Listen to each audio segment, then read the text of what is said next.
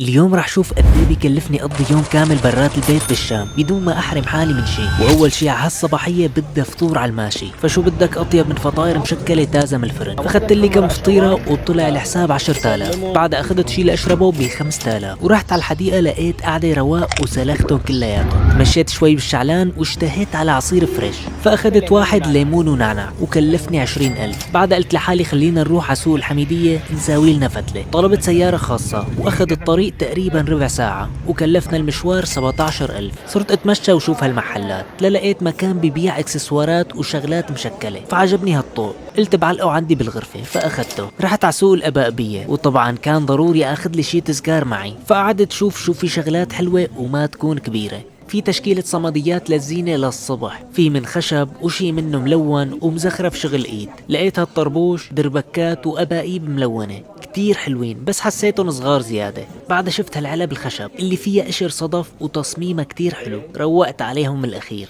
صرت شوف في موديلات وهي اكتر وحدة عجبتني. حاولت فاصل عليها والسعر الاخير اللي اعطاني اياه هو 100,000، فتوكلت على الله. بعد شفت هالصواني كتير حلوين وكمان مرصعين بالصدف، وطلع سعرهم يبدأ من 1,000,000 ليرة، يعني $100، فهي سعرها واوا شوي. كملت مسيرتي لوقت ما وصلت على محل المعجنات الشهير، وكان ضروري اني دوق كرواساني من عندهم، فاخذت وحدة شوكولا لاكلها على الطريق. توحشت عليها وطلعت ظريفة، مو اطيب كرواساني بدوقها بس كان حجمها محرز. رجعت على سوق الحميدية وشميت لك هديك الريحة تبع الدرة، ما تحملت ما اخذ لي عرنوس، ومن كتر ما كنت متحمس نسيت حاسبه للزلمة. بس طلع محترم كتير الشاب وتابعني على الانستا فوقها. صرت دور على مكان اقعد فيه لاكل وما كنت لاقي. بالاخير قعدت على درج قريب من السوق ونزلت لك بهالدرة، كانت غير شكل. وطبعا هلا بدها تحلاية، فاخذت لي بوظة عصاج اوريو نوتيلا. شوف لي هالحركات بتخليك تستعد نفسيا لتاكل هالبوظة، ويا سلام طلع منظرها بشهي. بس للاسف ما كتير عجبتني،